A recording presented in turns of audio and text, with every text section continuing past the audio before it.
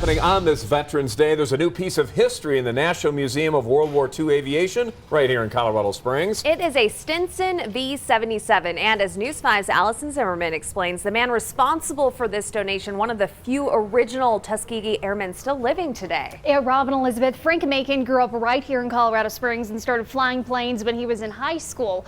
Dozens showed up at the museum to hear his story today and see the piece of history, which will now permanently be on display here. I always wanted to fly, even when I was just a little kid, you know, and I got the chance to do it. For Frank Macon, getting inside of the plane wasn't the hard part. Oh, I got a lot of flying. It's flown out. I've flown it all over.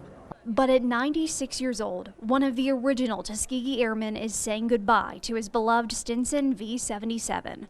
Luckily for him, his special piece of history isn't going too far.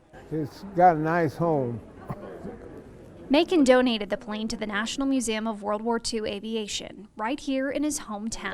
Our goal is to keep the legacy alive. To a full house, the museum revealed the Stinson and made sure to give Macon another accolade, inducting him into the museum's Hall of Honor. To be able to carry on Frank Macon, what happened here in Colorado Springs, his airplane, the history of it, and what the Tuskegees did, I mean, it was a milestone. It's really what took segregation away from the United States. Dozens lining up to meet the airman and taking his story along with them as they get a piece of his life right here forever. Thankful that they're here.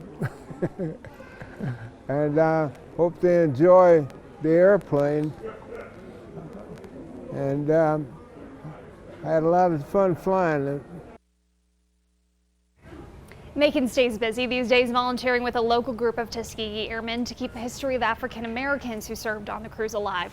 Always watching out for you, Southern Colorado. ALASYN Zimmerman, News 5. Great.